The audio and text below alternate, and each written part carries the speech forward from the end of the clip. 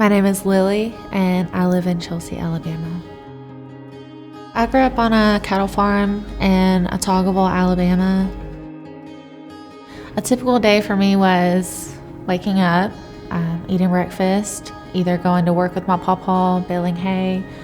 I went to school too, and I also played softball. I have a twin sister. We're night and day, complete different. She got married at 19, has kids.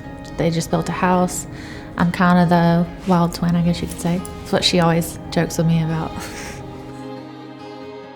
I was actually a senior in high school. I was 17 going on 18 when I left. So I was really close to that freedom, I guess you could say. I left and I started working at Hookah Lounge. And when I turned 20, I started working at a bar. And unfortunately, I found the nightlife.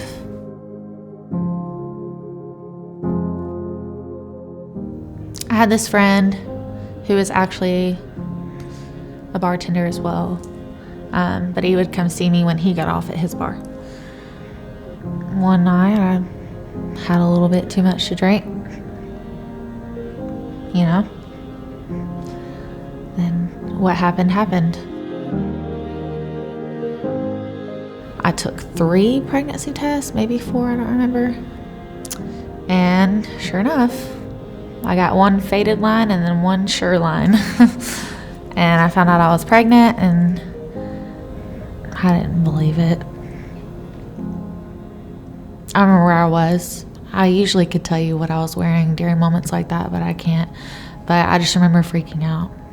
And I started crying. And the first thing I did was look up abortion clinics.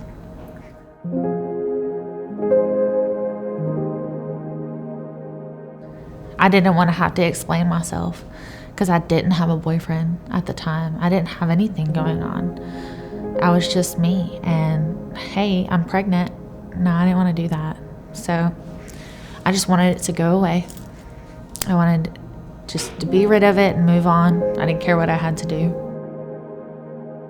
A lot of places I called, you couldn't have an abortion past 10 weeks, and I was right on that line. I finally found one.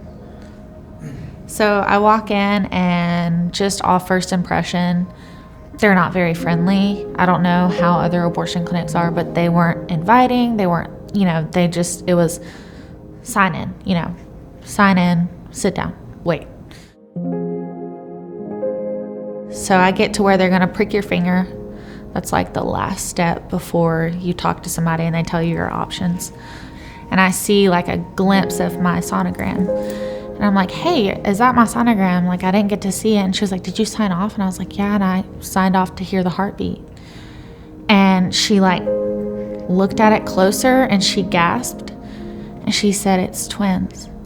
And immediately I started crying. It was like a millisecond. I started crying because I was not expecting that. When I first got there, there was like 5 or 6 younger women waiting. When I came out, they were all gone, but there was this one older lady in there. I'm sobbing. I find the seat furthest away from her, and she's like, what's wrong, baby? I can't even do it. In the most sweetest grandma voice ever. She's just like, come here. And I'll go over there and she hugs me. And I'm just like, it's twins. And she said, well, I think you need to go home. And I said, yes, ma'am. And I went home.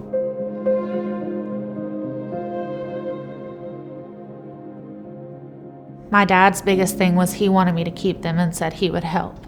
And I was like, I don't think you understand. This is twins. This is twins, Dad. Like, I'm not trying to stop your life for the next 18 years either. Like, I knew that was unrealistic, but I knew he would, And I told my sister, and she was like, at least think about adoption.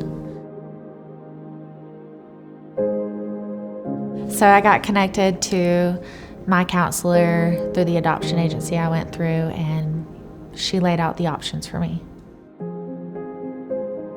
Someone sent me a couple, and they're from Texas. They live on a horse ranch. I checked out their profile. It was Dalmatians, horses, and like you could just tell they were in love.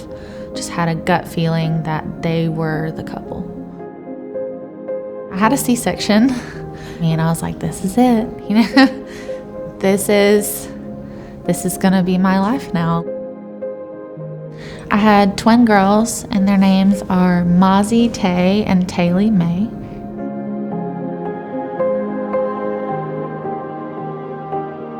One of them is my twin. Like, she looks, if you put my baby picture to her, it's crazy. She has curly hair, dark eyes. The other one has blonde hair, blue eyes. The adoptive mother is blonde hair, blue-eyed. They're absolutely adorable. There's a wild one and there's a chill one, just like me and my twin. We just talk and FaceTime whenever, and if I could call them and be like, hey, when's the next time I could come to Texas? They got ponies for their second birthday. They're already, doing things that I was dreaming about for them. And my hopes and dreams are that they are bold and fierce, and they have the best life that any of us can imagine. If there's one thing I could tell an expectant mom, is to have hope and take it day by day and do what's best for you and your children. My name is Lili, and this is my story.